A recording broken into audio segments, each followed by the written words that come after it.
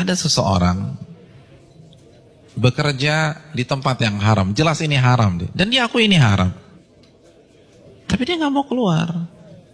Kenapa dia nggak mau keluar? Dia katakan, anak saya 4, Ustaz. Kalau saya keluar, anak pertama bayar kuliahnya gimana? Anak kedua SMA-nya gimana? Harus bayar uang gedung. Maka saya tetap bertahan karena faktor kondisi. Ini bukan sombong loh Ustadz, ini faktor kondisi. Hadirin, enggak. Itu sok pintar. Itu sok pintar. Karena hakikatnya di hadapan kita ada 2 opsi. Opsi yang pertama, matematika kita, logika kita. Gaji kita 15 juta, anak 4. Oh cukup. Tapi begitu saya resign, maka bulan depan 15 juta itu hilang. Maka nggak mungkin mencukupi 4 orang anak. Itu matematika kita. Tapi itu bukan satu-satunya opsi. Opsi yang kedua, Allah berfirman dalam surat At-Talaq ayat 2. Barang siapa yang bertakwa kepada Allah, maka Allah akan berikan solusi. Dan Allah akan berikan rizki dari arah yang tidak ia duga-duga. Namun karena kita merasa paling pintar, kita pilih opsi yang pertama. Karena kita lebih yakin dengan matematika kita daripada janji Allah Subhanahu wa Ta'ala. Bukankah itu sok pintar di hadapan Allah dan merasa cerdas di hadapan Allah Subhanahu wa Ta'ala? Inti dari semua kedurhakan itu merasa pintar, bukan kondisi. Merasa diri besar, merasa diri kuat menahan adab Allah pada hari kiamat. Rekan-rekan yang dirahmati oleh Allah Subhanahu wa Ta'ala, ini masalah dari dulu. Karena iblis itu menggunakan teori ini. Kenapa iblis divonis kafir? Kenapa iblis divonis kekal di neraka? Karena ketika dia disuruh sujud, dia katakan apa? Enggak, ana khairun minhu, aku lebih baik daripada Adam. Engkau ciptakan aku dari api dan engkau ciptakan dia dari tanah. Saya ingin tanya, yang diserang dengan statement ini itu siapa rekan-rekan sekalian? Yang dibodoh-bodohi itu siapa? Allah, bukan Adam. Apa maksudnya? Ulama mengatakan maksudnya, ya Allah, engkau perintahkan aku sujud kepada Adam, sedangkan dia dari tanah dan aku dari api. Ini perintah yang tidak masuk akal, gitulah. Ini perintah yang bodoh. Kalau bahasa Arab, ini nggak worth it banget nih Allah, gitu loh. Makanya kan Allah langsung habisi dia. Aba wastakbara wa kana minal kafirin. Ini bukan hanya semata-mata sujud, hadirin. Ini lebih besar dari itu. Nah begitu juga dengan orang yang banyak maksiat sekarang. Ya nggak mungkin lah ada orang mengatakan ngaku muslim gue lebih pintar dari Allah. Enggak lah. Tapi dengan cara dia membantah ayat Allah, menolak hadis Nabi, itu kan rasa pintar. Merasa pintar. Akhirnya dibantah, dijawab. Hadirin, simpel aja, saya kasih 2 contoh dalam masalah ini. Asy-Syu'ara ayat 61, ini jelas. Ketika Allah perintahkan Nabi Musa untuk lari, untuk keluar dari Mesir. Lalu apa yang terjadi? Dan ketika kedua kelompok itu sudah saling melihat, Fir'aun sudah melihat Nabi Musa di hadapannya, dan Musa kalau menoleh sudah melihat Fir'aun. Innal mudrakun. Maka sebagian pengikut Nabi Musa itu mengatakan kita akan tertangkap. Kita akan tertangkap. Kenapa? Depan laut merah, belakang Fir'aun.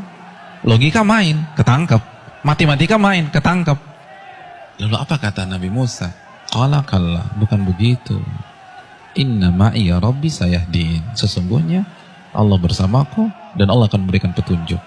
Maka setelah Nabi Musa berbicara demikian, baru Allah wahyukan anidrib bi'asakal bahra fanfalaqa. Pukulkanlah tongkatmu ke permukaan laut, maka laut pun akan terbelah. Ada 2 sikap yang kontradiksi. Yang satu begitu melihat kondisi real di lapangan, langsung menggunakan akalnya. Kita ketangkep nih. Tapi Nabi Musa enggak. Beliau merasa bodoh di hadapan Allah. Maka beliau tidak menggunakan pemikirannya, tidak menggunakan logikanya, tidak menggunakan matematikanya. Nabi Musa lebih percaya dengan janji Allah, in tansurullah yansurkum. Jika kalian menolong agama Allah, Allah akan tolong kalian. Orang nggak akan bisa seperti ini kalau dia nggak merasa bodoh di hadapan Allah. Hadirin, saya ingin bertanya, pengikut Nabi Musa itu siapa sih? Bani Israel. Bani Israel itu bodoh atau pintar? Pintar. Dan Nabi Musa adalah anak bangsa Bani Israel yang tercerdas pada saat itu. Yang satu merasa bodoh, yang satu merasa pintar. Dan yang benar adalah yang merasa bodoh di hadapan Allah. Ternyata seluruh analisa, prediksi yang diucapkan oleh seluruh orang-orang yang mengatakan kita akan ketangkap salah semua. Bukankah itu pelajaran bagi kita? Bukan berarti kita nggak boleh menggunakan akal sehat, enggak. Tapi kalau sudah berhadapan dengan perintah yang jelas, larangan yang jelas, merasa bodohlah di hadapan Allah. Jangan kritik, nggak mungkin Ustaz. Ini nggak make sense nih Ustaz. Ini nggak dapat hitung-hitungannya. Tuh Anda baru lagi merasa pintar. Emangnya Allah nggak bisa mengkayakan Anda dari jalan-jalan yang Anda nggak duga? Contoh yang terakhir, jelas-jelas surat As-Saffat ayat 102. Perintah jelas, Allah perintahkan Nabi Ibrahim untuk menyembelih putranya. Lalu Nabi Ibrahim lakukan hal tersebut. Kita sudah bahas. Hadirin yang dirahmati oleh Allah Subhanahu Wa Taala, Nabi Ibrahim kenapa tetap menyembelih putranya? Karena merasa diri bodoh di hadapan Allah. Karena kalau pakai matematika dan logika, itu jelas sudah nggak boleh disembelih. Wong orang terbaik kok. Beliau akan komplain kalau beliau merasa pintar saja, beliau akan komplain kenapa anak saya disembelih. Saya kan manusia terbaik di sini. Harusnya kan anak saya sekolah di sekolah internasional, ya Allah kenapa justru disembelih? Kan begitu logikanya. Tapi tidak. Beliau merasa diri bodoh.